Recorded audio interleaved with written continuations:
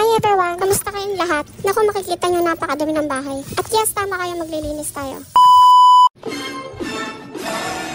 So yun na nga, namili kami dito sa shopping mall. Medyo napatagalan nga sa counter kasi binabalot pa yung salamin. At saka nga pala tinetest yung LED dyan dahil bumili yung anak ko ng LED light para sa kwarto. At saka nga pala yung mga wallpaper dyan. Hindi ko na pinakita yung mga pinamili ko dyan kasi nakikita nyo naman sa counter at medyo nagmamadali rin kami. At pagka-uwi nga namin, tinest agad ni Mikay yung anak ko, yung LED na nabili niya. Marami nga palang kulay yon at nagpipili kami ni Mikay kung anong kulay. Green lang tsaka red? Eh di green na lang. Yan. Ay, naku. Maganda siya dito, pero sa kwarto.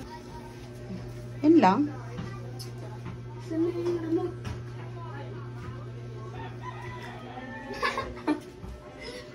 favorite color pa naman ni Papa yan.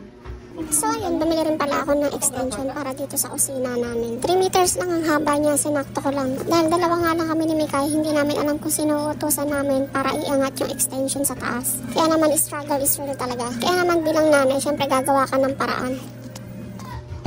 Wala! Wala kasi akong ibang maisip na paraan, so yan na lang ginamit ko, dustpan.